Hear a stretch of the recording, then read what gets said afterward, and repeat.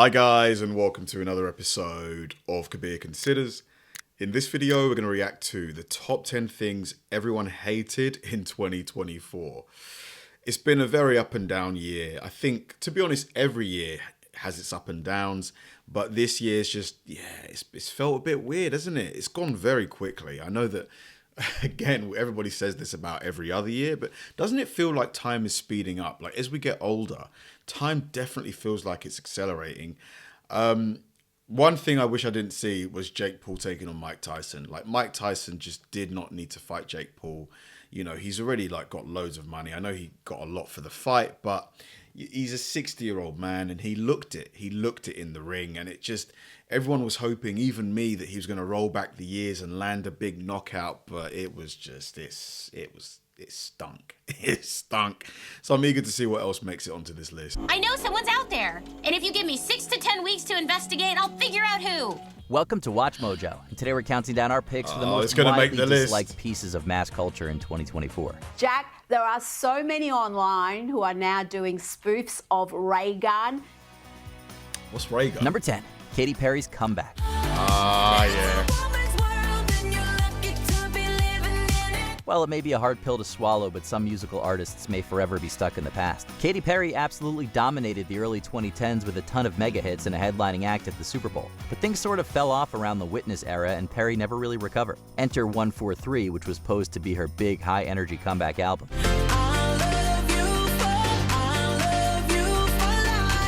The results were, well, disastrous. Woman's World was hailed as a terrible lead single, and the album itself was considered virtually unlistenable. Nearly everything about it was criticized, including the cringy lyrics and the bland, painfully outdated production. Some even suspected it was made by AI. The future is now. Number 9, Lunch. Yeah, it sounds very from a bygone era. Like, it sounds sort of like 2015, 2014, that sort of time. That's the vibe I'm getting. To be honest, very basic. Lunchly versus Lunchables. With Lunchly, you get double the amount of liquid. Prime has no sugar added, more electrolytes, and more B vitamin. Launched in September, Lunchly is basically just Lunchables, only healthier. Well, supposedly. Promoted by the popular YouTubers KSI, Logan Paul, and Mr. Beast, Lunchly was launched in September, and all varieties come with a Prime drink and Feastables bar. To the surprise of few, the product received overwhelming criticism for a variety of reasons. The sauce in the bread makes it unedible. It's just disgusting. Some saw it as a way for Mr. Beast to...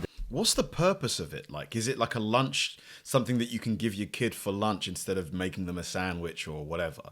Like, I mean, this looks rubbish. Like, it's just nachos and dip. Deflect from his numerous controversies, while others called it out for being a blatant ripoff of Lunchables. Meanwhile, numerous people have reported finding mold on the pizza cheese, and many bodies have deemed the lunches unhealthy owing to the high levels of sodium, sugar, and saturated fats. So yeah, not a great lunch to say the least. Calories, which they have, protein, which they have, sugar, which they have, saturated fat, which is missing, and sodium, which is not only missing, but replaced by electrolytes. Number 8, the It Ends With Us press tour. It's not every day the husband gets to... Yeah, like, I've honestly never heard of Lunchly or Lunchables until today. Like, never heard of either one of them. Why would you buy, like, what are they for? Interview his wife's love interest in a film. It's kind of crazy. I don't remember seeing this on the schedule. Dive in, shall we? A flawed but earnest movie, It Ends With Us explores some very heavy themes centered around domestic violence. Yet Blake Lively was telling her fans to wear their florals when they went to see it. It Ends With Us is in theaters now, so grab your friends, wear your florals, and head out to see it. Yep, the press tour of this film was a masterclass in tactless endorsements, with Lively acting as if she were in a screwball comedy. Fans viciously criticized her giggly and lighthearted approach to interviews, even employing her husband to craft joke interviews, arguing that it clashed with the movie's sensitive themes. Even worse, she often used the press tour to promote her own personal brands, including her hair care and drink lines. Please stop! Get out of my restaurant!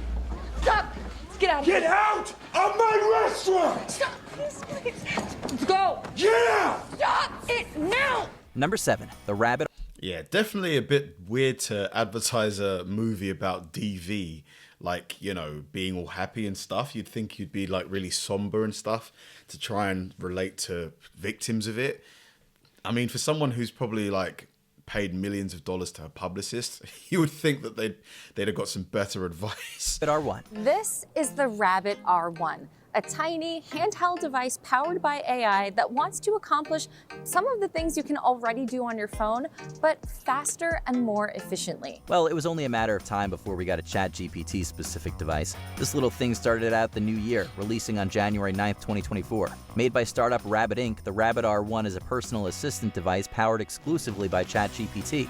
Its launch did not herald the AI revolution. And it's also just straight up missing a ton of what I would consider just basic features, like it can't set alarms, can't set timers, it can't record videos, can't record photos, can't send emails, there's no calendar built in. There's just a lot of things that I would want an assistant to do, not here. The Rabbit was widely hated, with many people pondering its very existence and claiming that all of its features could be found on a basic smartphone. And it wasn't even a good device, with bad bugs and a severe lack of features. If that wasn't all, YouTuber CoffeeZilla alleged that Rabbit Inc. was a scam born from a shady company.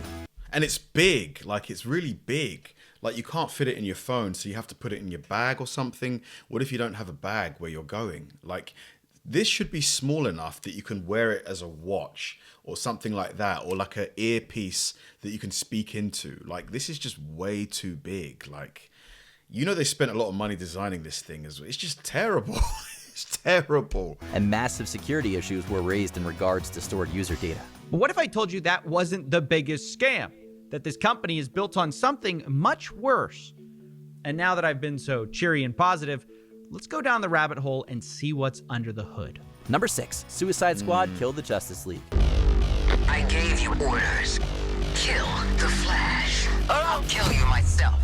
Poor Suicide Squad can't get anything right. The first movie had a mixed reception. Birds of Prey was a huge bomb, and now this. Kill the Justice League had huge promise, being made by the famous and consistent Rocksteady Studios. We have no idea what happened, but yeah, there was some obvious behind-the-scenes drama going on here. Did you get him? Really? Why don't you just mail me the bullet? Kevin Conroy was excellent as ever playing Batman, but the monotonous looter-shooter gameplay was widely criticized.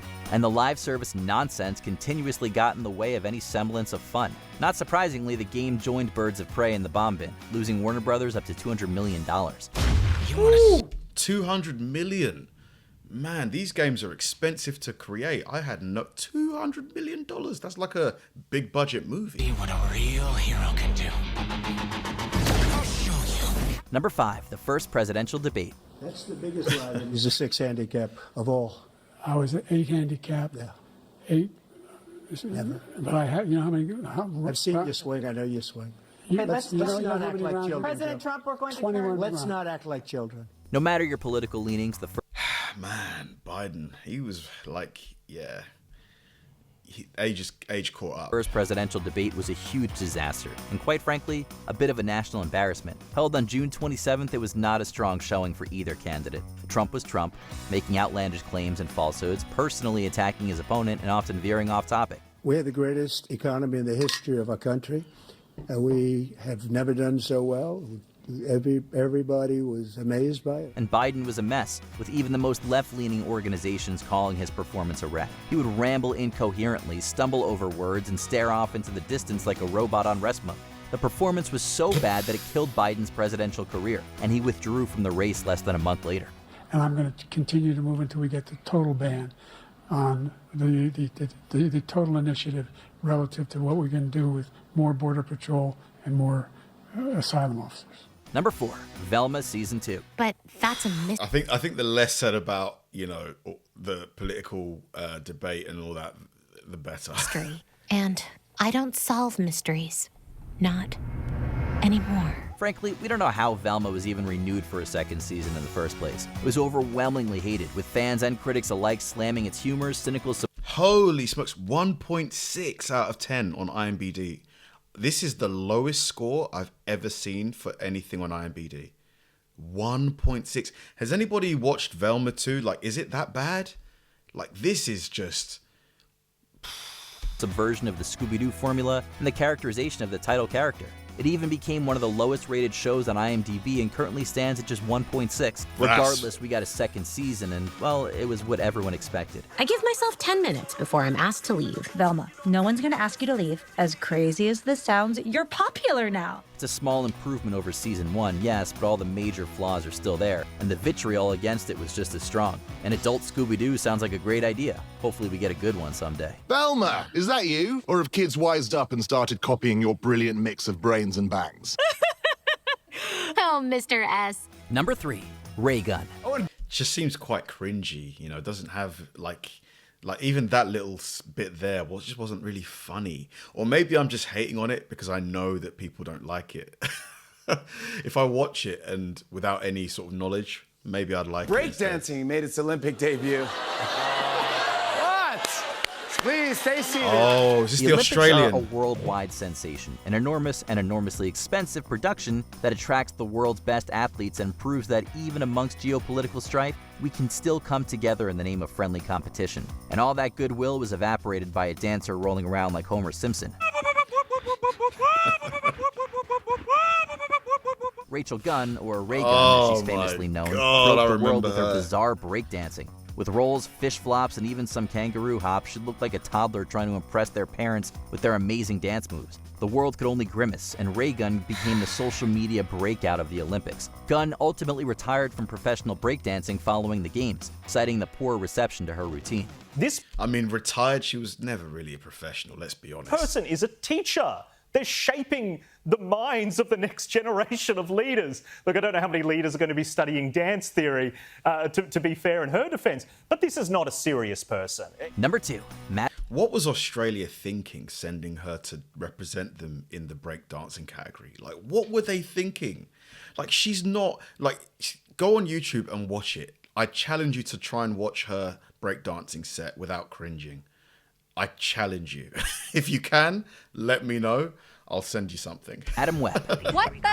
But you guys, what about them? He was crawling on the ceiling. What about that guy? I mean, you saw, No one saw ceiling guy. Everyone I never watched this. Yeah, because you told them I was. I didn't know what was happening. Okay, guys. 2024 continued the trend of disappointing superhero movies, with 2 of the biggest offenders yet. Joker Folie à Deux was the blunder of the decade, but it looks like a masterpiece next to Madame Web. Oh, well, but it wasn't that bad. It wasn't, obviously it was bad. It gave us some great memes, so that's something, but it was a total mess of a film, with some even calling it the worst comic book movie of all time. And that's a low bar to clear. It was even publicly trashed by its own stars, with Sydney Sweeney slamming it on SNL and Dakota Johnson telling Bustle, "I'm not surprised that this has gone down the way it has. If only they had clairvoyance, they could have chosen another movie."